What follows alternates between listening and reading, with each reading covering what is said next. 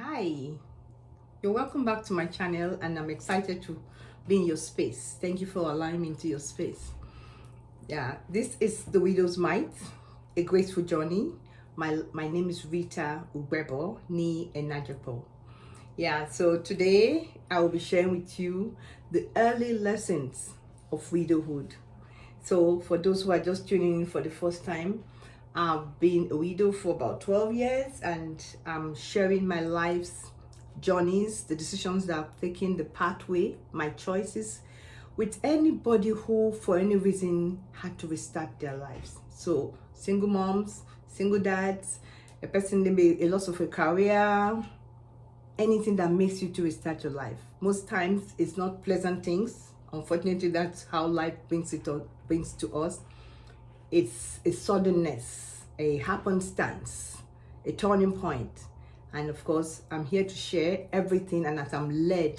So basically, I'll be speaking and hoping to admonish and to give some help to anybody who is willing. Just open your mind and let's see how help can come. There's always help in every corner. If you don't look or look hard, you may not find help. So today I'll be talking about the early lessons of widowhood. So that is the separation from the normal. Yes, life has happened. Okay, so I'll be looking at like the friends part. I'll start with friends. So for me, when I got bereaved on the October 23rd, 2012, of course, we're a small, a close-knit family. My husband and 3 children, young children. We had friends, not too much friends, church members we are close to. But I realized people suddenly severed themselves from me. So, and even within the church, people just keep away. So one of the things that I learned is how, for friends, you have a friend who you guys used to be, you do things together, you may be eating your place after church and all that, but suddenly nobody's called. After the first 1 week or 2 weeks, nobody's calling me. Nobody's asking me, Rita, what next, blah, blah, blah. So I had to understand that some people have to drop off naturally, others I had. So for instance, you're calling somebody regarding some things as a widow, like maybe you need help with this or that, and someone they say, oh, I'll call you back, I'm busy, or they don't even pick their calls. So I had to cut off some of those kind of friends, and then, but in the midst of that, I got new people. So now I started mixing with the people who have like situations in my life. So God actually directed me to 1 or 2 new relationships, most likely single moms too, or widows, or a total new family who don't know. So I started learning not to tell my story as a widow. So if I meet a new set of family somewhere and I don't tell them, oh, I'm a widow, no. Yeah, I didn't do that. So that for me was people severing themselves from me when they just hear that I'm widowed. Yeah, so another level where I had to do some change was the area of spirituality. Yeah, so both of us were in a smaller church, married in a big church, but moved to a smaller church after some years of and then he passed on. Now spirituality for me was in that space where I found myself. It was a very small church and everybody knew everybody, and I was no longer comfortable because the environment was no longer, I was being looked upon as you're just on your own. So for me, I had to quickly move to a much larger environment, but I didn't just jump into a church. That was intentional. So God helped me to relocate me to a new church. Let me give you a short understanding of how that worked. So I've always been a very prayerful person, and when I became widowed, I became even more prayerful, because you were hoping to get help from maybe pastors and the people around you, but you're not finding help. So I naturally fell back to God, which was a good decision at that time. And so by the end of my first year of widowhood, I was consigned. So there was there was an event on the office. We had a training session, and the guy who was training, I reached out to him during the break time, the tea break at 10 in the morning. I told him, I felt like he was a Christian from his talking. It was a professional engagement. And I said, look, this is my life currently. I've been widowed for about a year, and I don't seem to know what direction to take. You know what he told me? He said, you know what, my sister, you first of all go to nature. Go to nature means go on a vacation, maybe a 4 days retreat to where there's water. Now I'm in Lagos, so it was easy to find such places. Go and walk on the sand, eat natural foods, relax. That you can't go into God's presence seeking for direction when you are uptight with so much. So go and relax, and after that you come back and then go into God's presence. Take another retreat, but this time to a solitary area, maybe a church somewhere, you know. And truly, that worked for me. So when I went on that trip, I sought counsel from different people. Where is the best place to go and do this retreat? Because my church didn't have that kind of, my church was a small church as at the time this happened. So I went to a big church. I won't forget going to Otta. Someone said, look, there are residents there. They are just book an accommodation, and you know, like in that environment for like 3 nights, and then you go around the tabernacle at night. That's the faith tabernacle. At that time I was not a winner. So it was just a council, 2 people. My brother goes to winners, and then a friend that I met, one of our customers who became close to me, he said, look, he's a pastor there. He said, look, my sister, go to Otta, just book an accommodation there and just let God speak to you. And I did. I went there to Otta at the end of the year of 2013. I was in Otta from 27th of December to the 1st of January. And God spoke to me. It was intense. I was seeing the same vision about moving. He said, it's time to move. So I was like, okay, so Father, you need to tell the pastor so that when I tell him there will be any resistance. But I tried to move before, and there was a kind of resistance. In the midst of that resistance, my husband died. So I didn't want any of the, he said, I already told him. So that was what gave me a direction. It was divine. So I went back to church and then broke the news to my pastor in my small church at that time, and told him, look, it's time to leave. It's been 1 year since Bennett passed. I want to leave. And the pastor was kind. You know, he actually called me back to pray with me and my children and gave me a check. And I was told later that, in fact, he told me when we were talking after that, Sister Rita, you're one of the first people who will leave church and tell me to my face. Most people leave and they send you a text on Facebook or somewhere. And I got it. He gave me a check of 100,000 at that time. He said, Sarita, go buy yourself a Bible. But I was always using my iPad as Bible.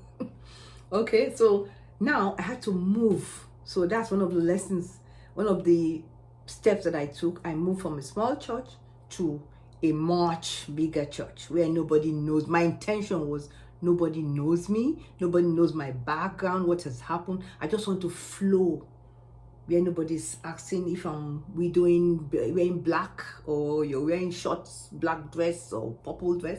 Nobody knows me. That is a huge environment. I've never worshipped there before. So that was how I moved from my small church to my big church. Now that was my spiritual abode. I had to stay in an environment where no one knows me, that won't question or judge me. Yeah. Then thirdly, I'll look at my professional life. Professionally, I used to work in the bank. I'd worked about 20 years at that time or less. And so there was a season, that same time it happened, I got redeployed to another location, and everybody felt it wasn't fair that, you know, my boss was going to, you know, recommend me for a deployment. But as God will have it, that location where I was, I had my late husband's family just close to the branch where I worked. I had my daughter's school not far from there. We lived not far from there. My parents were on one side. So it was so convenient for me to say, oh, I want to stay here. But guess what? I noticed some, you know, people watching me, like in-laws and all that. During office hours, somebody would just sit in the banquet and be watching me. So I got kind of So, but when the opportunity came for that transfer, the redeployment, my superior, my group head, she called me, no, my zonal head, she said, look, if you don't want to move, I understand, and I can change it. So, but you know what? Wisdom again. So I'm somebody who is gifted with wisdom to some extent, making good decisions. And that's one of the things that I asked God for when I was in that camp, saying, I need you to direct me. I don't want to miss out on any part of this journey, not hearing from you. And he gave me his word. One of the words that I got from God at that time was, Rita, I will make this journey so seamless for you. I need you to trust me as a widow. I'm the husband to the widow. And I would, even when you make an error, I will turn it for good for you. That was one of the counsels, one of the promises or the word that I got from God in those times I used to seek him, And I sorted him out early. That's one thing that every woman or anybody who goes through any form of start of life, to go into that thing that you feel you can trust and jump into them early so that they can counsel and guide you and help you. That's what I did. And so once I got to go, I told my group head, I said, I'm sorry, you know what? Let me just go to this new place. It might even help me. Too many, Yeah, and so I was moved to a more distant location from where I say that helped me to change my daughter's school. Now she's a fatherless child in school, which has his own thing in that level of school. And then I had to change my location. So I literally moved from myself. I moved to the new place, changed my daughter's school, and so naturally I was actually severing from the people who knew me in that my old space, even though it was a professional move. And that helped me because I now had a clearer head. Then fourthly, I changed in my family. Even though we're a close-knit family, I knew who I could work with. I had an ally with my elder sister who kind of was my husband's best friend. Yeah, so I had an ally with her, and so I trusted her more, and she was very helpful. My mom was always by my side. I couldn't go anywhere. And in fact, I introduced my parents to my children's school so that sometimes they go for, academic open days. My parents would go on my behalf, Then, so, and I also decided to relocate from where we were when he passed on to my parents' home. That was one decision. Initially, I was resisting. But then, after one or two encounters, I noticed I was feeling like things were moving around my house. It was like, I decided that, it's time to. So one day, my mom was with me for the first couple, 3 weeks. So I just told her one day, I said, Mommy, pack your things, we're leaving, we're going to your place. She said, how? I just put on my shoes, my bags, my suits in my boots and moved. Later on, I got my cousin to help me, move my things away to my dad's basement so that I would give up the lease of that house. Yeah, so that's one thing that helped me. I moved from my regular place where he passed to my parents' abode, and my parents were kind. They gave us the penthouse, a self-contained for me and my 3 children. I remember 2 were in boarding house, 1 was with me, the 8-year-old. Yeah, that was it. Then in the course of my journey, moving into the 2nd year of widowhood, I knew we had a plan. My husband and I had a plan to move to Canada, to relocate. So within the first 4 months, something that I did, which was very bold and it was expensive, but I knew I had the capacity to do, was to take my children on some trips. So I decided to visit different countries where I had relatives. We went to UK soon after the burial. We were there for a couple of weeks, and I made inquiries through lawyers, my friend, my elder sister, how can I stay here? Then I went to US the following summer with my kids, and this time we had a 2-month holiday for them. I had a 1-month holiday, and I told my brother, I said, I will be coming to your place. I need your space for this 2 months. I would like to visit different families to know what are the options that I had. And I remembered my uncle then, blessed memory today, he said, look, Rita, it's funny how God gives you word in the midst of everyday living. So you are very attentive in the spirit. One remarkable thing that happened the day we landed in JFK, New York, the taxi, I was on the queue for a taxi. JFK is quite busy. And then somebody just walked up to me, "Madam, let me take you." And the tone of the voice sounded like a Nigerian voice. So I said, fine. So I packed, everybody was tired. It was like a 12 hours flight. And so we went into that taxi and he said something to me. He said, "Madam, are you on holiday?" I said, "Yeah." He said, "You're on holiday? So I know you're in Nigerian." I said, "Yeah." He said, "So are these yours and my children?" I said, "Yeah." So he said, "Why don't you go to Canada?" I'm like, "Canada?" He just said it to me. This is a taxi driver. So that just registered. He said so, and I was like, okay. He said in Canada, they are giving benefits to children. Education is free. So if you're looking for somewhere, this man didn't know if I was a single mom. He was a taxi driver in New York. I said, "Oh, thank you. I'll Google I'll go and let me." Say, "Yeah, madam, go to Canada." I said, "Okay." So by the time we stayed for that holiday, my uncle sat me down. We now started saying, "Rita, America is okay, but if you don't have your paper, it's going to be tough. So why don't you go to but that's a talk for another day." So, but I now had I stayed with a friend who was also in America with my children. I showed my children what it looks like to live without house help, without family. I said, "Is that what you guys want?" They say, "Yeah, mommy, we can't do that." It's okay, because if we do this, I'll need everybody to shape up.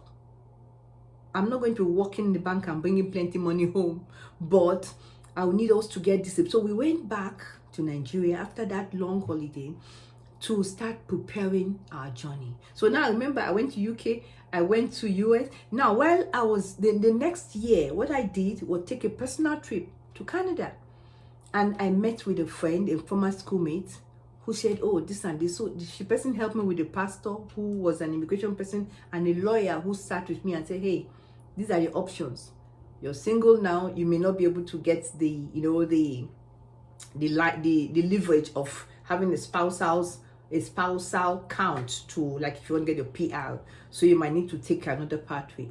Yeah. So people, I'm coming to you to tell you these things because sometimes something happens and you don't know how to restart, or you don't know where to get counsel. Personally, like I always said, I listened to God. I had a walk with God. This was within the first 1 year of my life. All these things I'm talking to you about happened. The relocation didn't happen until later, but I started making plans, making arrangements to move my children from that zone to. And I've been blessed with dreams. I see things in dreams. I have been blessed with becoming spiritually alert even in daytime. So I'm with you. God speaks through you without you knowing. You're telling me what I need to hear. And then my little girl was somebody who, at that time, she was 8. She would just come into a room and say, "Oh, you need to do this." And I'm like, "How is she getting this boldness to tell me this thing?" And the Holy Spirit is speaking through her. So I was spiritually alert. And yeah, so that helped me in my journey. That first couple of years or months into learning, separating from people, getting accommodation by more people, and naturally changing my location, changing my shifting position to enhance my new lifestyle as a widow with 3 children. So you're welcome again to this channel. I would like the comments on the comment section. Ask me any questions. I like this to be as much interactive as possible, and I also have my email there, so you can actually reach out. So like I mentioned, the book is coming out, so there's more details in the book about how you can get help. Thank you for having me here. This is The Widow's Might, a graceful journey. And again, I'm Rita Ugbebo ni Enajiko. Have a blessed day. Thank you.